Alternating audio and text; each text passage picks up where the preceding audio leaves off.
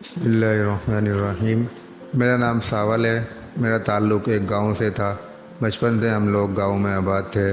ہمیں شہر شفٹ ہونے کا بہت شوق تھا، مگر وہاں شفٹ ہونا ہماری صرف ایک خواہش ہی تھی جو شاید کبھی پوری نہ ہو پاتی، کیونکہ ہم لوگوں کا تعلق بہت غریب طبقے سے تھا۔ گھر بھی مٹی سے بنا ہوا تھا، 3 وقت کا کھانا مشکل سے نصیب ہوتا تھا۔ ایسے میں ہم شہر کیسے شفٹ ہو سکتے تھے؟ البتہ وہاں شفٹ ہو جانا میرا سب سے بڑا خواب تھا۔ کون جانتا تھا کہ میرا یہ خواب پورا ہونے والا تھا یا نہیں۔ امی ابو کو بہت شوق تھا کہ وہ مجھے پڑھائیں تاکہ پڑھ لکھ کر میں بڑا انسان بن جاؤں۔ ان کے لیے نہ صحیح مگر کم از کم اپنے لیے کچھ کر لوں تاکہ میری آنے والی نسلوں کو کھانے پینے کی کوئی کمی نہ ہو۔ انہی تنگ حالات میں ہماری طرح مار مار کر گزارا نہ کرنا پڑے۔ چونکہ سرکاری اسکول تھا اس لیے فیس بہت ہی کم تھی۔ یونیفارم اور کتابیں اسکول سے مفت مل گئی تھیں، اسی لیے میں دل لگا کر پڑھ رہا تھا۔ یوں ہی پڑھتے پڑھتے کب میں میٹرک میں پہنچا پتہ ہی نہ چلا۔ ابو کم پڑھے لکھے تھے مگر ان کا حساب کتاب بہت اچھا تھا۔ وہ کسی کی دکان پر حساب کتاب کا کام ہی کرتے تھے۔ ان کی تنخواہ بہت کم تھی مگر شکر تھا کہ اتنے پیسے تو مل ہی جاتے تھے کہ ہمیں کسی کے آگے ہاتھ نہ پھیلانے پڑیں۔ سب کچھ ٹھیک چل رہا تھا اور میں سوچ رہا تھا کہ آگے کالج میں ایڈمیشن لوں گا، لیکن قسمت ایک الگ موڑ پر لے آئی۔ ہارٹ اٹیک کی وجہ سے ابو کی ڈیتھ ہو گئی۔ اب ہمارے گھر میں کوئی کمانے والا نہیں بچا تھا۔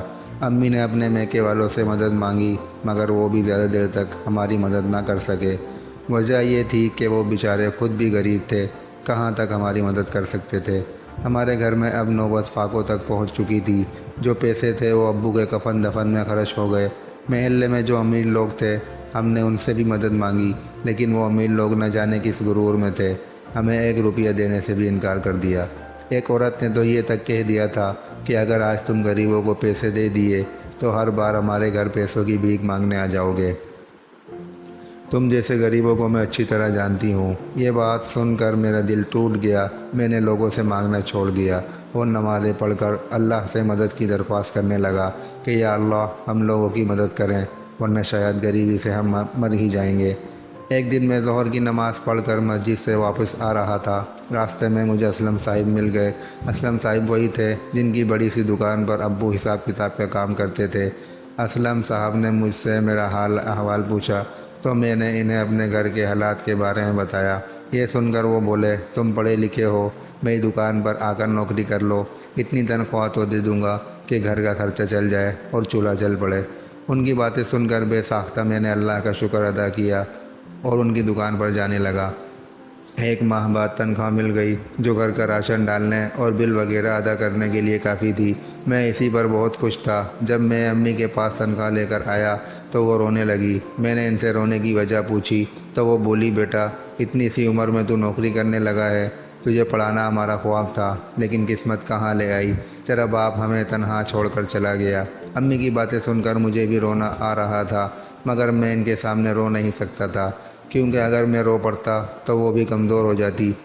میں نے امی کو تسلی دی کہ سب ٹھیک ہو جائے گا۔ میں امی کے لیے چائے بنا لایا اور انہیں سونے کو کہا۔ وہ تو سو چکی تھی مگر میں سو نہیں پایا تھا۔ میں بہت اداس تھا مگر دل میں پورا یقین تھا کہ سب بہت جلد ٹھیک ہو جائے گا۔ مجھے نوکری پر جاتے ہوئے کافی عرصہ ہو گیا تھا۔ پڑھائی کا بہت شوق تھا، دل بھی کرتا تھا کہ آگے پڑھوں، مگر غریبی اس بات کی اجازت ہی نہیں دیتی تھی کہ میں پڑھ سکتا۔ آج مجھے میٹرک کی سند اسکول سے ملنی تھی۔ میں وہ سند لے کر اسکول سے واپس آ رہا تھا تو مجھے راستے میں ایک بوڑھی فقیرنی نظر آئی۔ اس نے میرے آگے ہاتھ پھیلایا اور مجھ سے پیسے مانگنے لگی۔ میری جیب میں اس وقت صرف 20 روپے تھے۔ میں نے اسے پیسے نکال کر دیے۔ اس نے نوٹ کو الٹ پلٹ کر کے دیکھا اور پھر بولی اتنے پیسوں میں کیا آئے گا، تھوڑے اور دے دو، میں کئی دنوں سے بھوکی ہوں، میری مدد کرو۔ اس کی بات سن کر میری آنکھوں میں نمی آ گئی کیونکہ میں جانتا تھا کہ کئی دنوں سے اگر انسان کو کھانا تک میسر نہ ہو تو اسے کتنی تکلیف ہوتی ہے۔ میں نے اس سے کہا میرے پاس پیسے نہیں ہیں لیکن گھر میں آٹا ضرور ہے، میں آپ کو کھانا کھلا دیتا ہوں۔ وہ حیرانی سے مجھے دیکھ رہی تھی۔ جب میں نے چلنا شروع کیا تو وہ بھی میرے پیچھے پیچھے آنے لگی۔ اس وقت امی گھر پر نہیں تھی، دراصل خالہ کی طبیعت خراب تھی، اسی لیے وہ ان کی خیریت دریافت کرنے گئی ہوئی تھی۔ آج اتوار تھا اسی لیے مجھے بھی دکان سے چھٹی تھی۔ میں نے اس بوڑھی عورت کو کمرے میں بٹھایا اور ہاٹ پاٹ سے اس کے لیے روٹی نکالی اور سالن ڈال آیا۔ آج کھانے میں دال بنی تھی۔ وہ خوشی خوشی کھانے لگی اور مجھے دعائیں دیتی ہوئی چلی گئی۔ میں نے اس سے کہا کہ اگر آپ کو پھر کبھی کھانا چاہیے ہو تو بلا جھجک یہاں آ جائیے گا۔ خیر وہ جا چکی تھی۔ مجھے نیکی کر کے بہت سکون مل رہا تھا۔ یہ نیکی میں نے اللہ کی رضا کی خاطر کی تھی۔ میں نہیں جانتا تھا کہ اس کا انجام کیا ہونے والا تھا۔ اب وہ فقیرنی جس کا نام نگینہ تھا مجھے روز کہیں نہ کہیں نظر آ ہی جاتی تھی۔ جب بھی وہ مجھے نظر آتی تھی میں اسے کھانا دے دیتا یا کبھی کبھار پیسے ہوتے تو وہ بھی دے دیتا۔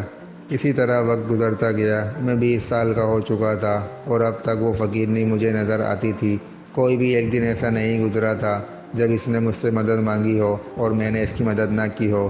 ایک دن جب میں دکان سے گھر آیا تو کچھ مہمان آئے ہوئے تھے، یعنی میری خالہ اور ان کی بیٹی روحینہ۔ وہ میری ہم عمر تھی۔ خالہ بڑی پریشان تھی اور ان کی آنکھیں آنسوؤں سے تر تھیں۔ امی بھی پریشان نظر آ رہی تھیں۔ روحینہ کا چہرہ بھی کچھ اترا اترا سا تھا۔ میں نے دھڑکتے دل سے پوچھا کہ کیا ہوا ہے آپ سب کو؟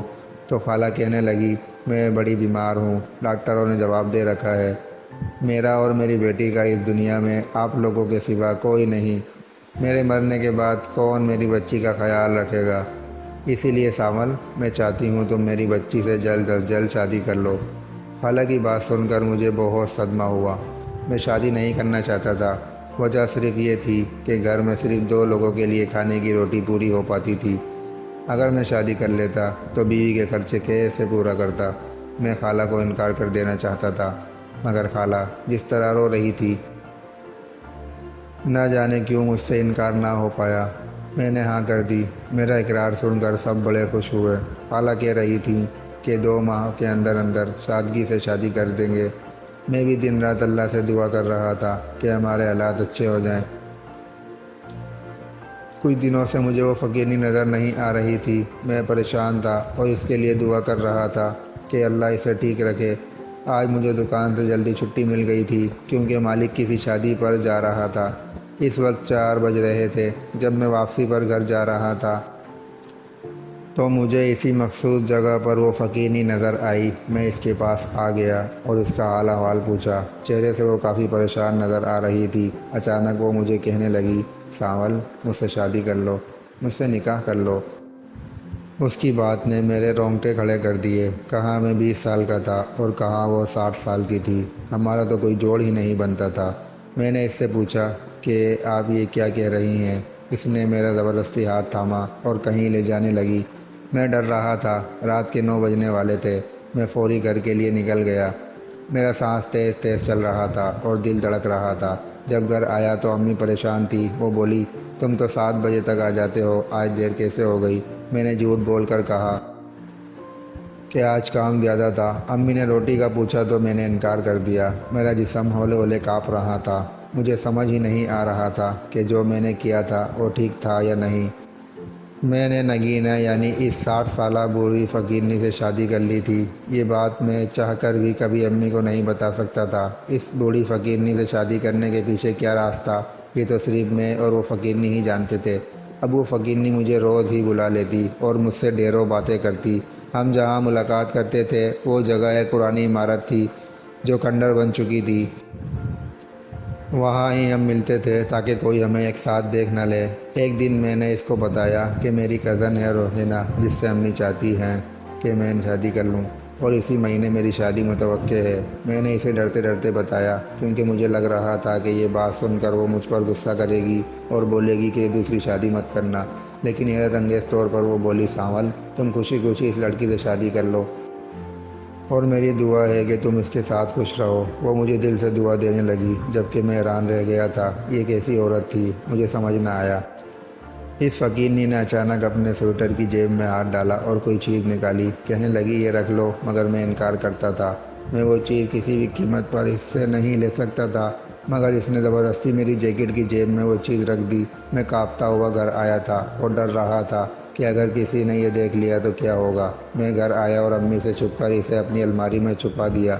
البتہ مجھے رات کو نیند نہیں آ رہی تھی یہ سوچ کر کہ وہ چیز الماری میں پڑی ہے۔ میں ساری رات ڈرتا رہا۔ میں نے فیصلہ کر لیا تھا کہ اس فقیرنی کی دی ہوئی یہ چیز میں اپنے پاس نہیں رکھوں گا۔ اگلے دن احتیاط سے میں نے اسے جیب میں ڈالا اور اسی کھنڈر نما عمارت میں چلا گیا تاکہ یہ اس عورت کو واپس کر سکوں۔ سردیوں میں بھی مجھے پسینے آ رہے تھے۔ میں سوچ رہا تھا کہ اگر یہ چیز کسی نے میرے پاس دیکھ لی تو کیا سوچے گا۔ سب میرے بارے میں جانتے تھے کہ میں کون ہوں اور کیسا ہوں۔ جب میں نے نگینہ کو وہ چیز واپس کی تو وہ غصے سے آگ بگولا ہو گئی، مگر مجھے اس کے غصے کی پرواہ نہیں تھی۔ شادی کا دن آ چکا تھا۔ آج میرا روحینہ سے سادگی سے نکاح ہوا۔ حیرانی کی بات تو یہ تھی کہ وہ فقیرنی بھی نکاح والے دن پہنچ چکی تھی۔ اس نے دل سے مجھے اور روحینہ کو دعائیں دی۔ اس کے جانے کے بعد امی مجھ سے پوچھنے لگی کہ وہ فقیرنی تم سے باتیں کیوں کر رہی تھی، کیا تم اسے جانتے ہو؟ امی کی یہ بات سن کر میرے پسینے چھوٹ گئے اور میں نے کہا بس ایک مرتبہ اسے کھانا کھلایا تھا، اس لیے وہ میری احسان مند ہے اور نکاح میں آ گئی۔ یہ سن کر امی کہنے لگی مجھے وہ عورت پسند نہیں آئی، آئندہ اس سے دور ہی رہنا۔ امی کی اس بات سے میں سوچنے پر مجبور ہو گیا کہ اگر امی کو پتہ چل گیا کہ وہ فقیرنی میری بیوی ہے تو امی میرا کیا حال کرے گی۔ شادی کو کچھ دن گزر گئے تھے۔ روحینہ بہت اچھی اور معصوم سی لڑکی تھی۔ مجھے کبھی کبھار اس پر بہت ترس آتا تھا کہ میں نے اس سے اتنی بڑی بات چھپائی ہے کہ میری پہلے سے ایک بیوی ہے۔ پھر میں خود کو سوچ کر تسلی دیتا کہ میں نے نگینہ سے شادی تو کی ہے لیکن اس کے پیچھے بھی ایک مقصد تھا اور وہ صرف میں اور نگینہ ہی جانتے تھے۔ کچھ عرصے بعد مجھے نگینہ نے بتایا کہ وہ بہت بیمار ہے، اسی لیے میں رات کو اس کے گھر آ جایا کروں۔ اس کا گھر میرے گھر سے کافی دور تھا اور چھوٹا سا تھا۔ میں اسے ڈاکٹر کے پاس لے جانے کا کہتا مگر وہ انکار کر دیتی اور کہتی کہ میرا وقت قریب ہے، اب میں نہیں بچوں گی۔ خیر میں نے ادویات تو اسے لا دی تھیں، انہی پر وہ گزارا کر رہی تھی۔ وہ فقیرنی یعنی میری بیوی کہنے لگی کہ تم رات کو یہاں آ جایا کرو، یہ اکیلا گھر مجھے ڈراتا ہے۔ اس کی بات سن کر میں نے اس بات میں سر ہلا دیا۔ اب میں روز رات کو گھر میں کسی کام کا بہانہ بنا کر گھر سے چلا جاتا تھا اور اس بوڑھی نگینہ کے پاس آ جاتا تھا۔ میری اور اس کی شادی کو 6 ماہ ہو گئے تھے۔ ایک رات وہ مجھے وہی چیز دینے لگی جو اس دن دی تھی۔ دراصل یہ ایک ہار تھا جس پر بہت سارے اصلی ہیرے لگے ہوئے تھے اور اس ہار کی قیمت کروڑوں میں تھی۔ اس دن بھی میں نے اس ہار کو بڑی مشکل سے اپنے پاس رکھا تھا کیونکہ اس کو دیکھ کر صاف پتہ چل جاتا کہ یہ اصلی ہیرے کا ہے۔ میں نے تو زندگی میں سونا نہیں دیکھا تھا، اس لیے گھبراہٹ ہو رہی تھی کہ کہیں چور ڈاکو نہ لے جائے۔ مجھے بہت ڈر لگ رہا تھا۔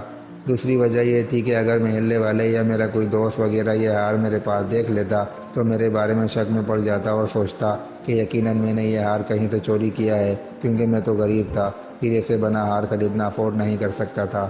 اسی لیے میں نے وہ ہار نگینہ کو واپس کر دیا تھا۔ مگر آج وہ ہار دیتے ہوئے مجھے کہنے لگی کہ یہ اپنی بیوی روحینہ کو میری طرف سے تحفے میں دے دینا، یہ میری آخری خواہش سمجھ کر رکھ لو۔ وہ مجھے مجبور کرنے لگی تو میں نے اس ہار کو رکھ لیا۔ البتہ دل میں سوچ لیا تھا کہ میں یہ ہار فی الحال روحینہ کو نہیں دوں گا۔ اگر اسے دے دیتا تو وہ بہت سے سوالات کرتی۔ میں روحینہ کو کبھی بھی سچائی نہیں بتانا چاہتا تھا، یہی وجہ تھی کہ وہ ہار میں نے گھر میں چھپا لیا تھا۔ کچھ ہی دنوں بعد نگینہ ٹھیک ہو گئی تو میں راتوں کو اپنے گھر ہی میں رہتا تھا۔ کچھ ماہ بعد دوبارہ سے نگینہ کی طبیعت خراب ہوئی تو میں اسے زبردستی ڈاکٹر کے پاس لے گیا، جہاں انہوں نے بتایا کہ نگینہ کچھ عرصے کی مہمان ہے۔ یہ خبر سن کر مجھے بہت دکھ ہوا۔ میں اسے اس کے گھر لے آیا اور وہیں بیٹھا رہا۔ نگینہ بہت بوڑھی ہو گئی تھی، شاید غم اسے کھا گئے تھے۔ وہ بولی مجھے اب مرنے کا کوئی افسوس نہیں ہوگا، میں خوشی خوشی مر جاؤں گی۔ اس کی بات سن کر میں فقط مسکرا کر رہ گیا۔ وہ بولی میری آخری خواہش ہے کہ کچھ عرصہ تم راتوں کو مجھ سے ملنے آ جایا کرو، مجھ سے باتیں کرنے، میں تنہا نہیں مرنا چاہتی۔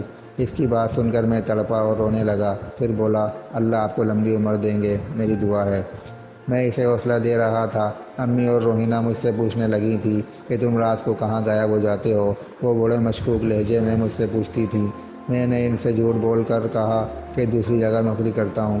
یہ سن کر امی مجھے ڈانٹنے لگی کہ اتنی سی عمر میں تم کیا کچھ کرو گے، اپنی صحت کا خیال کرو۔ وہ بولتی جا رہی تھیں اور میں چپ چاپ سنتا جا رہا تھا۔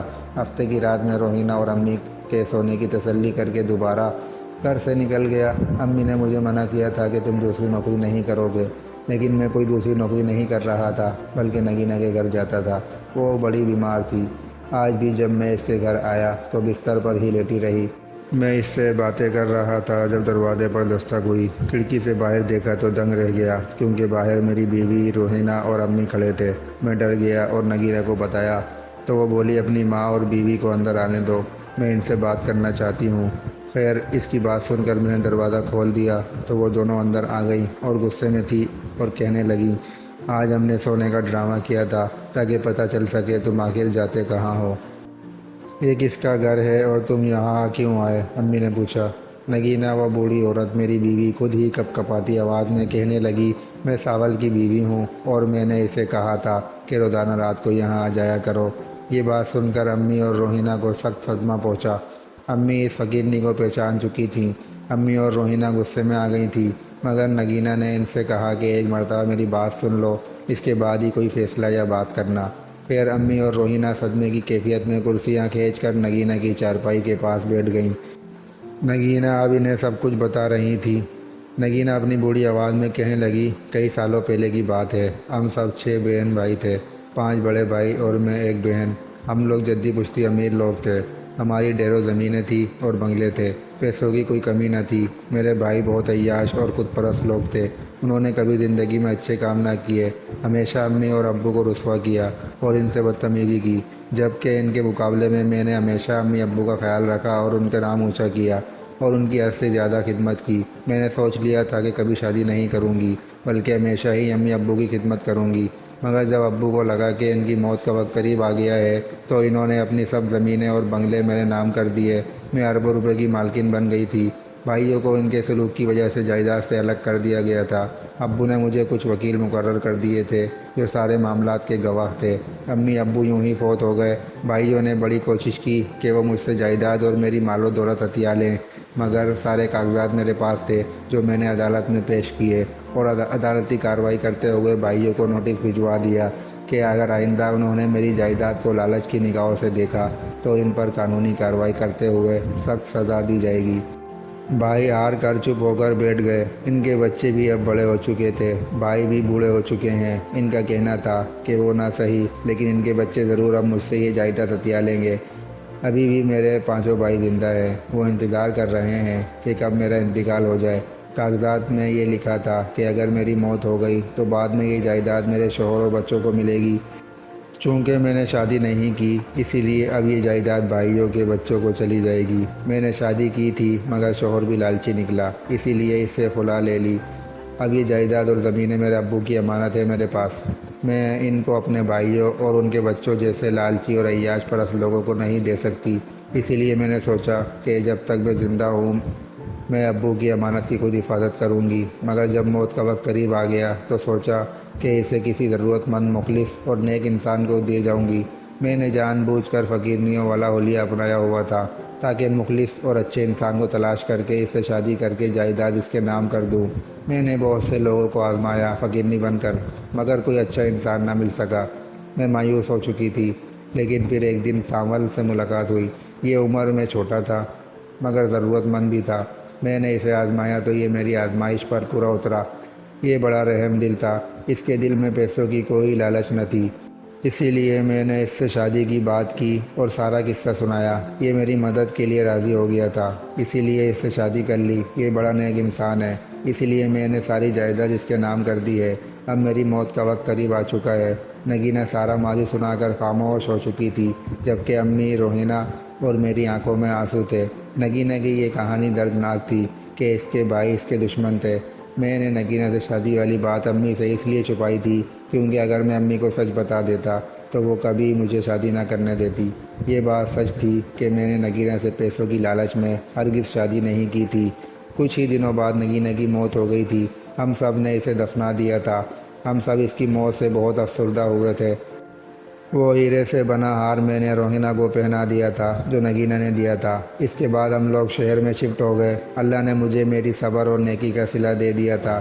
میں اب ان زمینوں پر جو نگینہ نے میرے نام کی تھی مسجد اور اسلامی مدرسہ تعمیر کروا رہا تھا۔